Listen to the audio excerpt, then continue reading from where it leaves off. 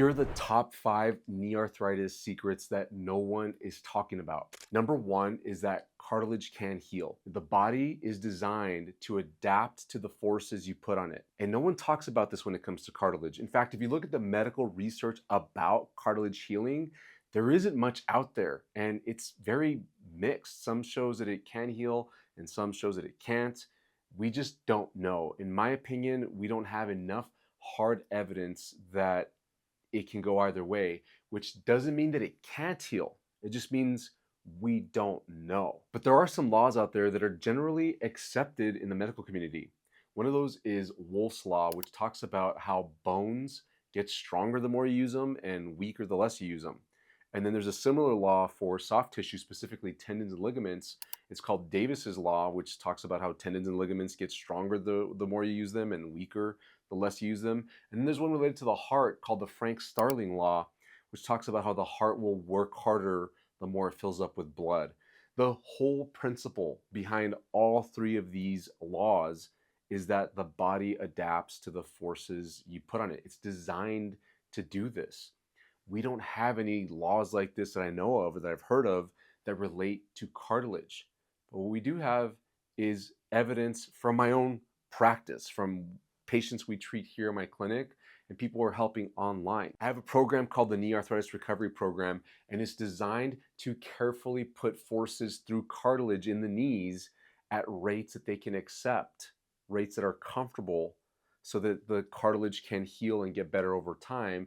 And we have massive success with this. People are getting better. Their cartilage is feeling better. I can't say specifically that their x-rays look better. I can't say that the cartilage is truly thickened or healed, but what I can say is people get to the point where they're back to doing active things, their knees aren't swelling anymore, and they're feeling fantastic.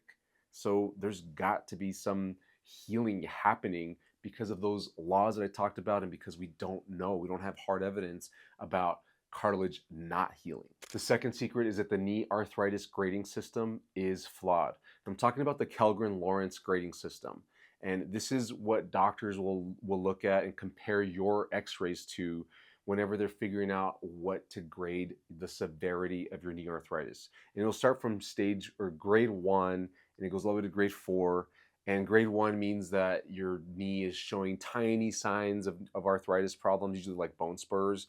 And then as you go along in the grading system, by the time you get to grade 4, it's severe. You have like massive bone spurs, the joint space is gone on the x-ray, and they're definitely recommending a knee replacement at that point if you don't feel well.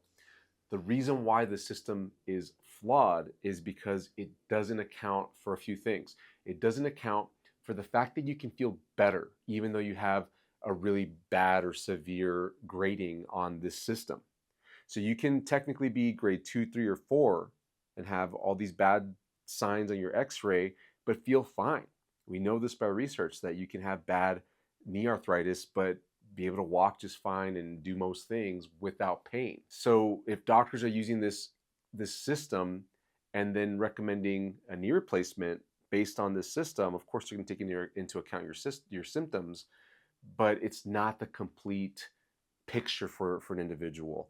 What if you can improve? This is why I've developed a whole different system. I call it the phases system of healing for knee arthritis. This is what I've included in my knee arthritis recovery program. And the way this one works is you can move back and forth between these based on the severity of your symptoms. So never mind the x-ray, because we know based on research that the x-ray isn't the biggest determining factor in whether or not you should have a joint replacement. If you're in grade 4, then it's more likely. But a lot of people are in grades 1, 2, and 3, and they can manage just fine without having a joint replacement. So if you can figure out what phase you're in, if you're at that point where you don't need a knee replacement, it's very possible for you to heal. Then you can figure out, all right, what do I need to do in phase 1 so that I can move into phase 4 where you're in the maintenance phase. And even if you are in phase 4 and then you do something to set yourself back into phase 1, now you have a plan to get out of that inflamed state where you can't walk very long, you're swollen, your knee's hurting, it's keeping you up at night, all those factors that come with arthritis, you can manage that. And the final thing about the grading scale is that this is the scale that doctors use the words bone on bone knee arthritis with. Because when it comes to grade 3 and 4 especially, that's when you have a decreased joint space. The bones are more close together, and so the doctor's more likely to say the words to you, bone on bone knee arthritis, which then you can't unhear, especially when you see your x-ray on the screen at the doctor's office, and it just puts pictures in your head of what the inside of your knee looks like, when in reality it can be helped. And it causes fear in people because they think, well, I shouldn't be walking around, I shouldn't be doing anything strenuous, I shouldn't be carrying anything heavy, I need to lose weight. They start to have all these thoughts that might actually slow them down from doing activities that are helpful for improving their knee health. But they have fear about doing anything because they've been told they have bone on bone knee arthritis, when it's much better to be told what can you do and what should you be doing according to how your knee feels right now, despite what the x-rays look like. The third secret is that knee replacement surgery fails more than they tell you. Did you know that there's up to 20% failure rate on knee replacement surgeries? This is shown in research. And then let me get the stats for you here. There's a 10 to 34% chance that you're going to end up with chronic knee pain after having a knee replacement surgery. This doesn't even account for the discontentment rates. I don't have those numbers for you right now, but there are high numbers of discontentment in people that have had a joint replacement in their knee. Now, there's some people that are absolutely content with their knee replacement and they're so happy they got it, and that's fantastic. I'm glad for those of you that are in that situation.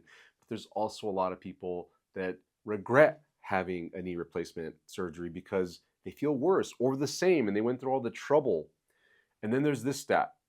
You have a 30 to 45% chance of having another joint replacement once you've had the first joint replacement. So if you already have one knee replacement, then there's a 30 to 45% chance you're going to have a hip replaced soon or the other knee before your life is over. I think the reason this happens is because of my fourth secret here, and that's that quad strengthening hurts knees.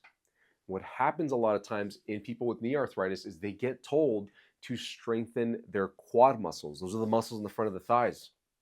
The reason why they get told to strengthen quad muscles is because there's research that shows that in people with knee arthritis, there's a correlation of weak quads, or they call them knee extensors in the research.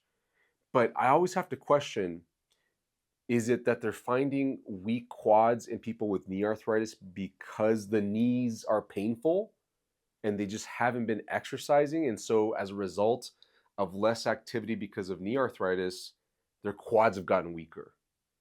Or is it really that the knee arthritis is causing the quads to be weaker? It's hard to tell based on the current research out there. It's not 100% clear. But what is 100% clear is that if you go do exercise for knee arthritis, everywhere you look, just about everywhere you look, you're going to find recommendations to do quad exercises, which means you're doing knee extensions or exercises that make you use these thigh muscles more. And I don't like that because it sets up the fifth secret that I'm going to tell you about here, and that's there's muscle imbalances at play here that are the cause of knee arthritis. When you use those quads too much, the reason those quads are used too much is because the glutes in the back of the hip here are not used enough. And so it's a compensation that happens. When the glutes are not strong enough and they're not active enough, then you're going to use your thigh muscles too much, and that causes that excessive compression down here at the knee because those quad muscles attach to the kneecap, and then there's a tendon that attaches down to the shin bone from the kneecap. So when all these muscles are pulling too much because of that weakness up here, that's the key. These quad muscles start to press the kneecap against the thigh bone, and it starts to pull this shin bone up into the thigh bone, and it just compresses everything in here. And when you get that increased compression over a long period of time, now you have those laws that I was talking about starting to take effect. The underlying principle is that the body's going to adapt. And it's just a matter of time before you start compressing the heck out of that cartilage, and it can't adapt properly because it's too much force. And then the bones are trying to adapt, so you get bone spurs developing. The joint's literally being squashed. We have to decompress it, but in order to do that, it's not all about weight. Sometimes it is for some people, but it's way more about the muscle imbalance. And if we can get these glutes to work, then it'll cause the quads to calm down and not be overused, and that should decompress the joints. Okay, I want to tell you about our knee arthritis recovery program. This program is specifically for people that have knee arthritis, whether you've been formally diagnosed, you've had an x-ray or an MRI and the doctor told you that you have knee arthritis, or you suspect you have it. And it doesn't matter how severe it is, if you've had it just mild, grade 1, some doctors will tell you, or if it's more on the severe end. If you have tried exercises and advice and tips that I've given you through our videos here, then chances are you have benefited from it because this stuff works. Chances are even better that you're going to get tremendous improvements if you join this program. And let me just tell you how it is real quick, how the program's set up. It's a membership program. There's different tiers of this. On the first tier, it's group coaching, along with the whole curriculum of 40 plus, I think it's approaching 50 videos now showing you how to do it. So you can just go through the program, watch the videos, and have massive improvements. But you also get access to group coaching where I'm on the call with you, me and my coaches, and you get to ask us questions so that you don't get stuck through this program.